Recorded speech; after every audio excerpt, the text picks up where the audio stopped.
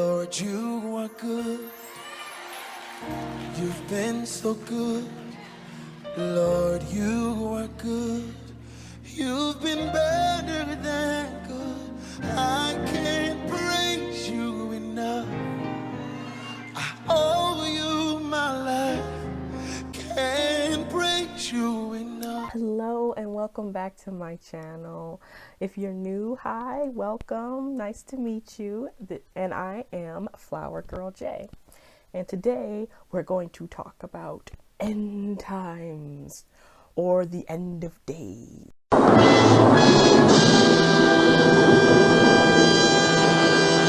Now, this video is not meant to scare. This is to bring hope. Just like the book of Revelations, this topic of end times and the end of days is not meant to be scary. It's not. And I think I've mentioned it in my previous videos, but it is not meant to scare. It is to bring hope that restoration is coming. Okay? And if you're watching this video after watching a ton of videos on YouTube, because there's a ton of them, let me tell you, videos talking about the end times, the Antichrist, and whom the Antichrist may be, and people sharing their testimonies about, you know, what God has shared with them with the end times. And I don't deny if it's true or not. I don't. That's their relationship with God. Okay? But that can easily turn into what we young people call doom scrolling. And what doom scrolling is, you watch a whole bunch of videos or you go onto social media that are talk about that are depressed, that can be depressing.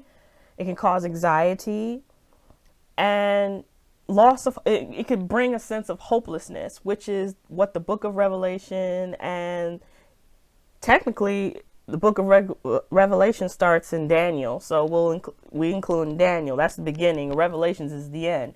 But it was never meant to scare, okay? And this is coming from a person who came from toxic environments, who used end time prophecy and the last days to manipulate people, okay? It causing them to fear in loving God, if I'm making any sense. It was. And let me tell you, the churches I've been to, the end times and the last days were the bread and butter of the whole thing. It was the bread and butter. I mean, that's all we talked about. Forget the rest of the 65 books of the Bible. That was the main book we went to. And we always talked about, you know, the mark of the beast and how it's going to come. And, you know, if you don't take it, you're going to get your head chopped off. And what we were told as kids, like, don't expect to grow up and don't expect to, if you're expecting to, like, you know, grow up and have a car and have a job, forget it, because, you know, you won't be able to do any of that stuff. You won't be able to run around with your friends. You won't be able to have friends, a lot of friends. And so imagine hearing all that as a kid. At 9 to 10 years old, I was scared I wasn't going to make it to 29. I'm 29 now. I never thought I'd make it. Thanks be to God. But at that time, I thought, well, I got so depressed as a 10-year-old. Like, man, I'm never going to, I even told my mom, I was like, man, Mom, I'm not going to go to prom.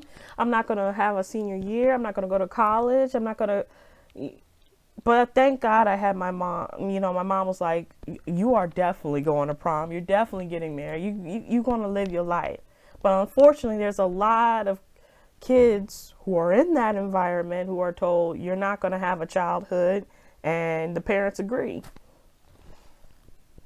And I don't want that for you, okay? I know, I mean, it's fast. The end times and the last days, that topic is fascinating. It's amazing. It's not supposed to scare, okay? If anything, it's supposed to focus on the here and now, the present. Will people lose God and get the mark of the beast and go, have nothing to do with God? Yes. Will there be a lake of fire? Yes. Will there, will Satan and all his demons finally be thrown into the lake? Yes. Yes. I'm not saying all this ain't happening, folks, but I don't want you to be scared like how I was scared for years. Because, then this is a person who, you're talking right here, right now. The person who's talking is a person who has let fear run half of her life. Okay? It stopped me from living.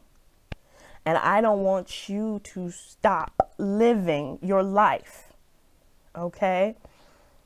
I mean, I was me and my mom, we were preppers. We got all these cans of food and whatnot. But I'll tell you about us later. And let me tell you about this friend of mine. She was same thing, packed up all this food because we were told by our pastor, pack up all this food, pack survival kits, pack, have water because. And here's the thing. His son, the pastor's son, said, you better have a canteen of water or whatnot because you can't ask water from us. Yeah, let that sink in. So if your pastor is telling stuff like that, head for the hills, okay? Run. Get up out of that church. And my friend, she had packed all this food. She did everything the pastor told her to, gave her money to invest in gold. But guys, she died. I want to say before or the beginning of the pandemic. I don't know. She did not die of COVID. I don't know what she died from because at that point, people at that church weren't talking to me. I was a backslider, and when you're a backslider, they cut all communication from you. And that was even sadder to me because I had to find out she died on Facebook.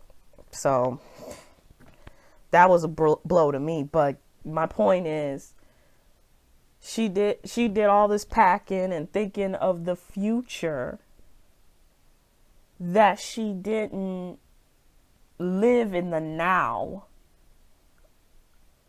And that's another reality you need to understand too.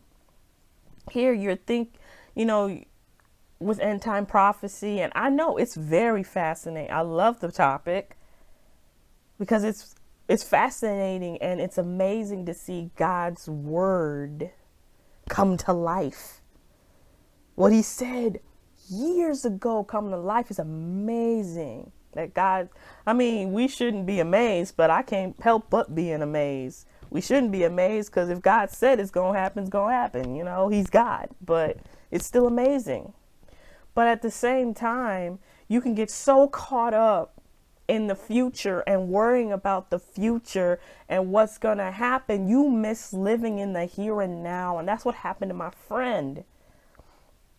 She was so caught up in end times and, saving up on food and listening to, the pastor and buying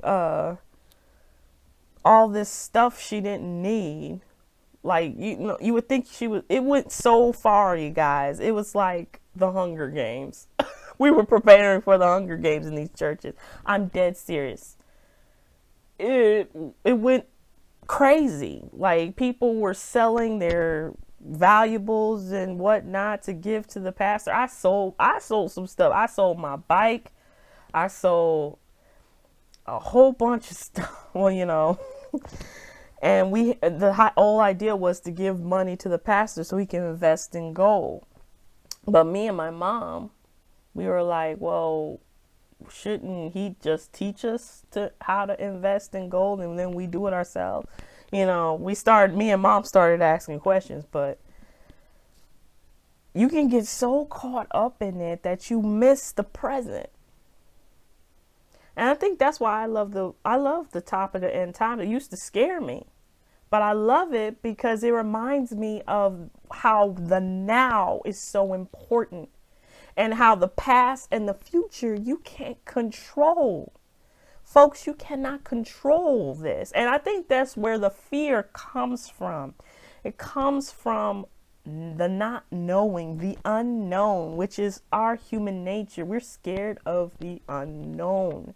But I'm here to give some hope today, because a lot of these end time videos you see on social media and YouTube, I hear the scare, but I don't hear the hope. I hear more fear than I do hope.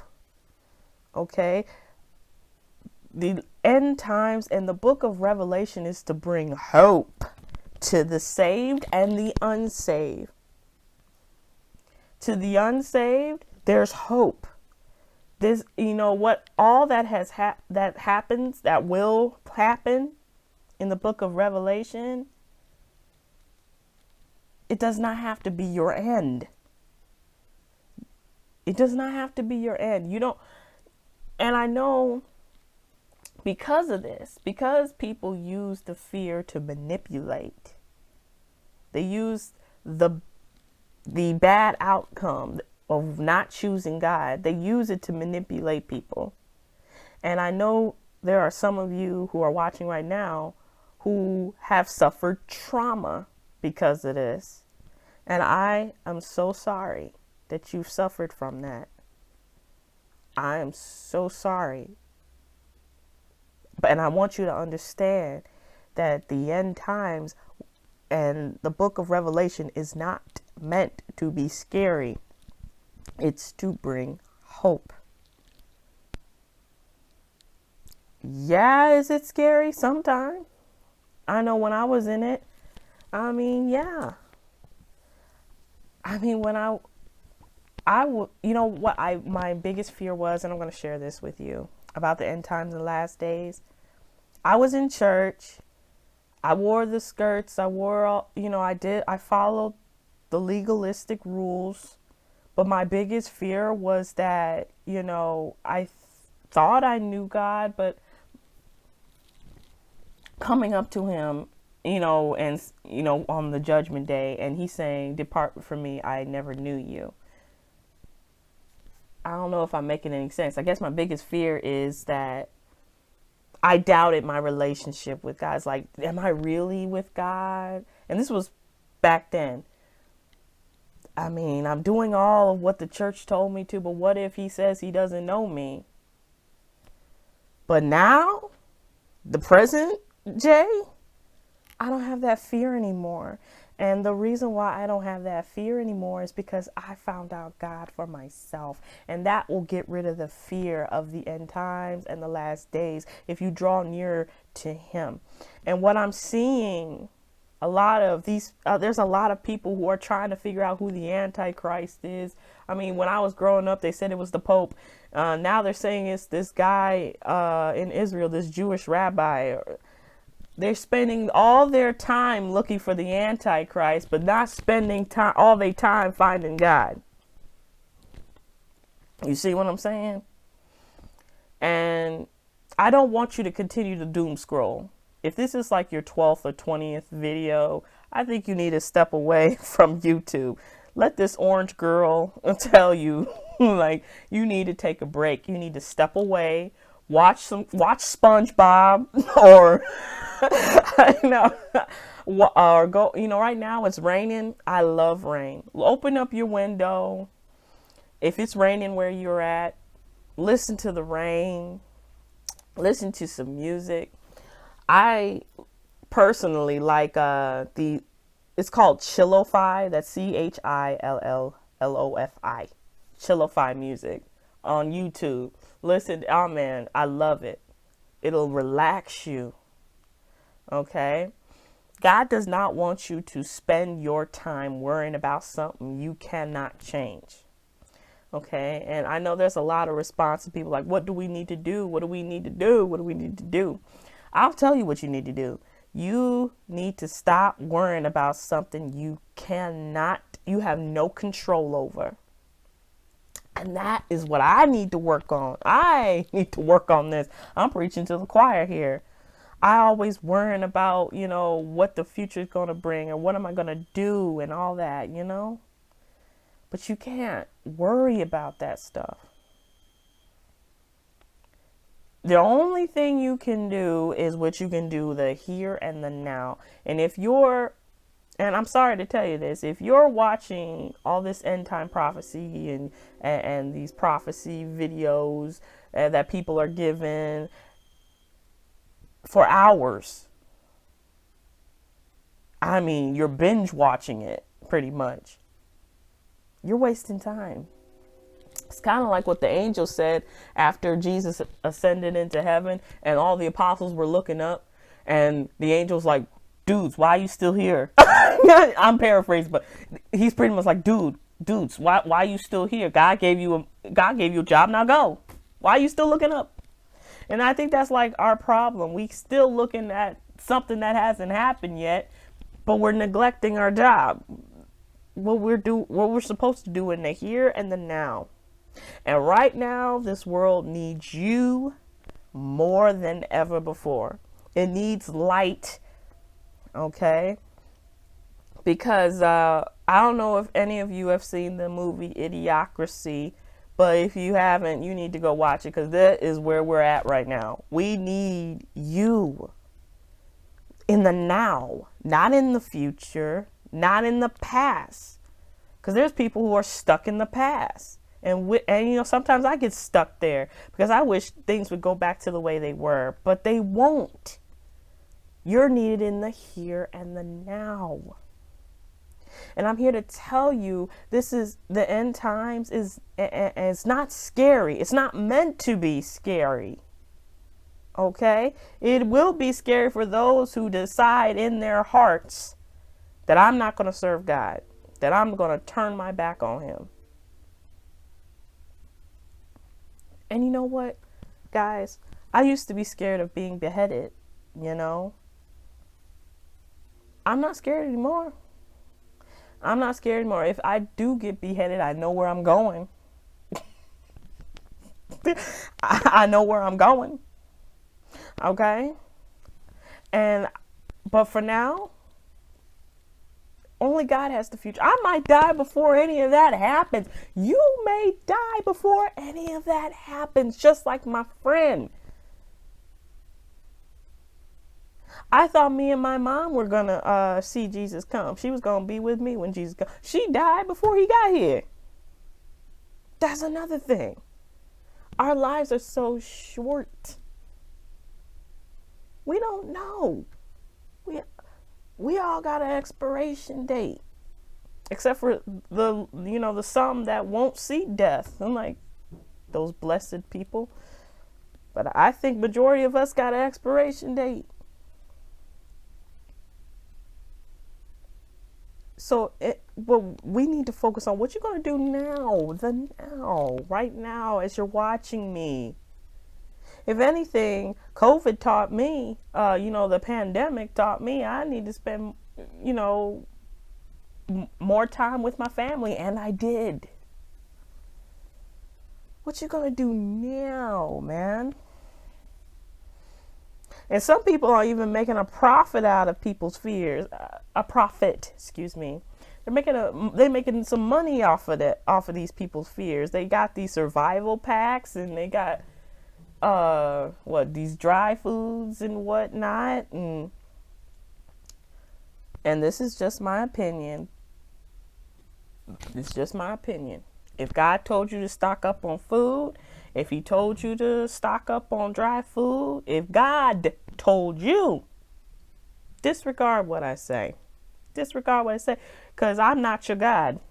Okay, I don't want that responsibility. Don't put that on me. Like my mama said, don't put that on me. Okay, you do what God told you to do. Okay, but in my opinion, how is that gonna help you? No, if you gotta go on the run. I mean, think about it. If you gotta leave your house, if you gotta go on the run, let's say. You can only bring a few amount of things. You packed all this food over the years and you can only take a few cans. I'm sorry, but that's a waste of food. So going back to me and my mom, we stocked up on food, but during the pandemic, we saw there was a lot of people who were in need. And there were a lot of people in need. They were running out of food. And, I don't know if you all remember, but they showed like cars of people lining up for the food banks. I know there was a line where my food bank was. And and pretty much my family gave the food away. They was about to expire too, but it was still good that we gave to people in need. And guess what happened? Guess what happened, y'all? People gave us food. Like just random people gave us food from their gardens. They say, hey, you want some food? Or hey, you want this? Hey, you want that? They were asking me and my mom's like, hey, I got some food from this food bank. I'm gonna give you some. Out of the blue. We were being taken care of. Throughout that whole pandemic, we were taken care of. And we took care of other people. God takes care of his people. That's what you need to remember. God takes care of his people. Yes, this stuff is going to come to pass because God said it would. And there's nothing you can do about it. Except that. God is sovereign. He does what he wants to do. If he says he's going to do something, he's going to do it. But he wants us to live. I know it's like, I even had to say it was crazy. Like, Lord, how do you want me to live in this crazy time? Like, why are you saying I need to live, but then it's the end? Like, he wants us to live. He wants us to occupy till he comes. But until then, we got work to do. And I hope this brings hope to you. I want to do some breathing exercises before we leave because, I feel like there's somebody who stumbled across my videos and they've watched a whole ton of end time videos and prophecy that scared them. And I know people, I've had people tell me this because I've told them I was scared. They were like, fear is not of God. Like, yes, that's true. But they say it like being dismissive, like you're sinning because you're scared. Well, who wouldn't be scared? You're not, when you don't offer people hope or you don't tell them about the good things about what God is doing and you're telling them more of what the devil's doing, yes, they'll be scared. Yes, people would be scared. We're human beings. Sometimes, we saints sometimes forget we're human. We make mistakes. I make mistakes. We're human. We get scared sometimes. And what's sad to me is I'm hearing more from people what the devil's doing, what he's doing more than what God is doing. And he's working. He too is working. So I want to bring hope to you because God gave me hope from a person who let fear run half of her life. And I say half of my life because it was my childhood, my preteen years and my teenage years. And my young adult years, okay? I'm headed towards 30. I think that's middle age. I don't know. But half of my life has been fear. And I don't want that for you. Fear of the unknown. I don't want that for you. We all got to go through an unknown. I'm going through an unknown. I don't know where my life is going to be in 5 years. If you ask me, Jasmine, what do you think about, what are you going to be in 5 years? I don't know. I don't. I really don't. And like me and you, all of us are going through an unknown right now. But I don't want you to be fearful of it. I want you to enjoy your life. Don't just go to work and home. Go outside. I know I keep saying go outside because let me tell you, it will feel better. I just went outside today. I mean, I sat in the car. It's pouring rain right now. It's pouring rain, but I went outside and I went into the car and I enjoyed just listening to the rain. It calmed me. And I know end time prophecy is fascinating, but even the most fascinated and studious Christian can fall into anxiety and depression if you watch too many end time and Book of Revelations and videos and whatnot. Even the strongest Christian can be depressed. Too much of anything is not a good thing. And if you are going trick-or-treating tonight, too much candy is not a good thing. So you know what I mean. So too much of anything can be bad for you. I want you to be joyful. God is coming back. That's supposed to be a happy time. And for those who don't know him, it's a time right now, in the present. You can make things right. You can work on your life. You can get right with God. It ain't too late. Yeah, the clock is ticking, but you got time now in the present to do something about it. I want you to, let's do some breathing exercises. We need some breathe. We're going to breathe in and breathe out. Why are we doing this? Because you need a stress reliever. You watch too many videos of end time and you need to breathe. So let's take this time to breathe. Breathe in.